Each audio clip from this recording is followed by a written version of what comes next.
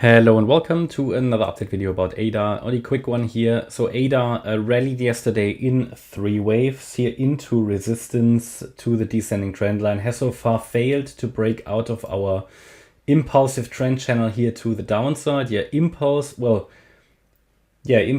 because we are looking here at a C wave, which can be counted as an impulse. You probably can get away with counting it as a diagonal, but we don't really have any overlaps here. So I'm counting the entire thing as an impulse, and therefore I call it impulsive price channel. If we break out of this channel to the upside, I would have a first strong signal that the overall downtrend here into our support area is complete. It's a bit too early to confirm that at this stage, but we're holding so far the 30-cent level. It's also a bit of a psychological one, fighting here with the 61.8 Fibonacci retracement level, one of the most relevant Fib levels for such a wave 2. For anybody who's new on this channel, we are looking at the possibility that the rally of the December lows into February was a wave 1, ABC correction, currently in the C wave, getting close to the completion here.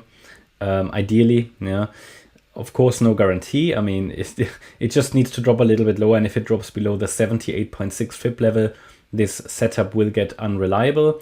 What I can tell you at the moment, we still have to be focused on the downside. Just because we're in the support area doesn't mean it will definitely turn around. It means that it has a good chance to do so, but the bulls need to show up. We currently see some good upside on Bitcoin, Ethereum. So could very well be that the altcoins are going to follow.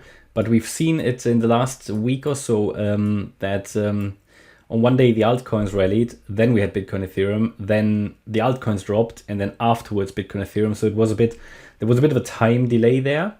What I can definitely tell you at the moment is that because we have only seen 3 waves to the upside, I have to be focused still on the downside. This is not a 5-wave move. I mean, you can always try to count 5 waves, but it's nothing reliable. It's nothing reliable. So it's a pretty clear 3-wave move. Of course, it could be the first wave of a diagonal, but this is not reliable, and the chart would need to prove it. The price would need to prove it by breaking out of the channel and holding. Not like yesterday where it broke out briefly, rallied only in 3 waves and broke down again.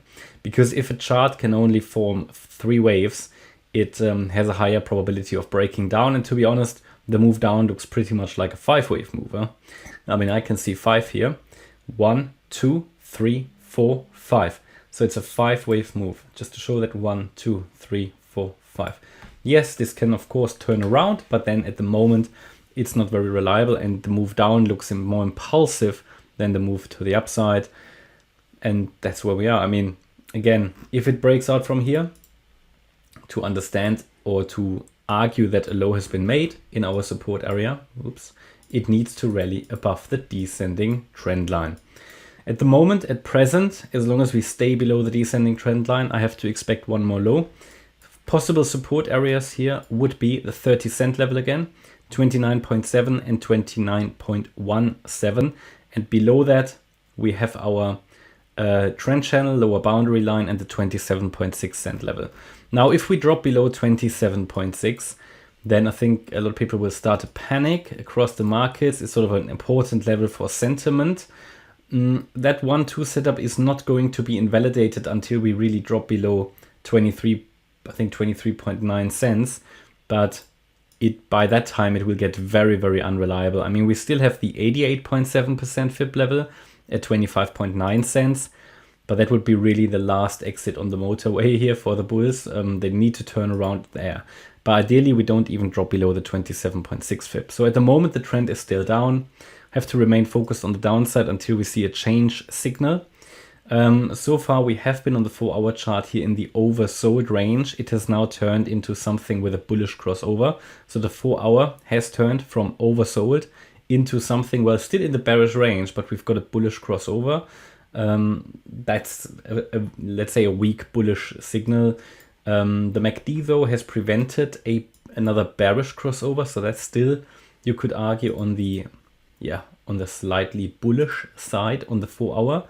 On the daily here, we start to see a fairly neutral development, but a slight reduction in negative momentum. But it's too weak to really argue that things are turning around.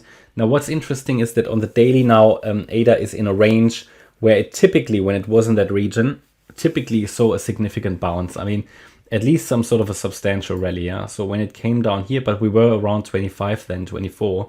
That is the end of December level, after which we had a significant rally. We're now at around 30. And then we had a rally back in October, even though it was only a bearish rally, but it rallied from 33 cents to 44. It was also decent. And then before that, we had the same level. Okay, that was here back in that was back in May 22, where we rallied also in 3 waves from 40 to around about 68 cents. So, you know, unrelated to, you know, is the bear market over or not, we are now getting into interesting price region or interesting regions on the relative strength index as well. We'll of course observe that for you. Hope you liked the update. If you did, please hit the like button, leave a comment and subscribe. And if you really like the content, then please check out the channel membership. Thanks a lot for watching. Bye bye.